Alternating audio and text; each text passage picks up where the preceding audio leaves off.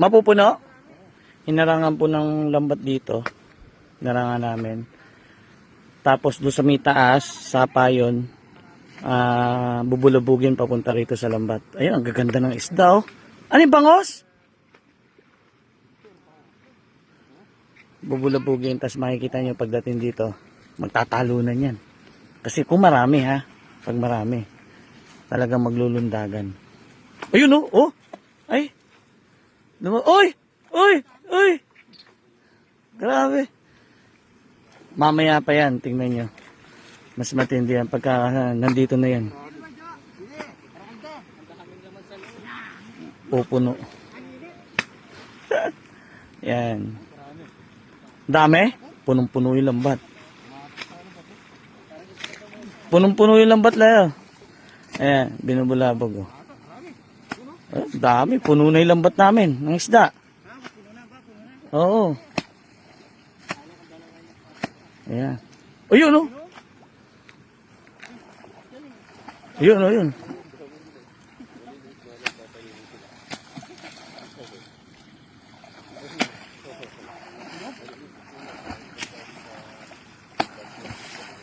Pag angat ng lambat yan, dami yan. Tingnan nyo. Tingnan nyo lambat. Puno yan. Puno yan. Dami yan. Oh! Oh, dami. Namumutik-tik. Hala! Napakadami. Pangat nga dyan, tol. Ay, grabe. Ay, paldo. Ah, paldo. Ang dami. Dami namin ulam. Ay, sasarap mga tilapia.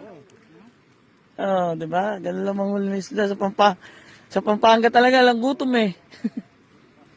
Doble pa yung pinagawa. Ay, malaki. Tol, may malaki tol dito. Angat mo. Ay, hindi tilapia. Ayan oh. Ay, ang laki tilapia.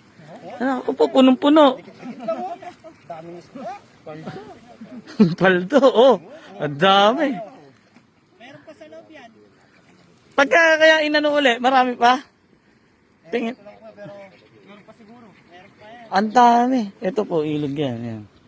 Tapos, itong dito sa may taas, dyan yung sapa. Ah, may kanin tayo.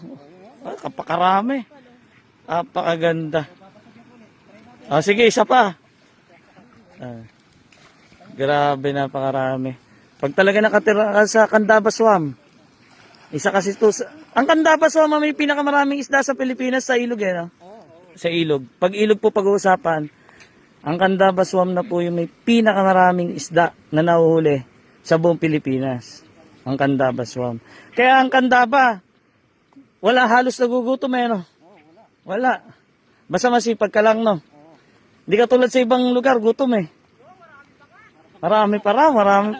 Abangan natin yung second batch. Kailangan punong-puno yung lambat para magandang tingnan. Di ba? Hindi ayos.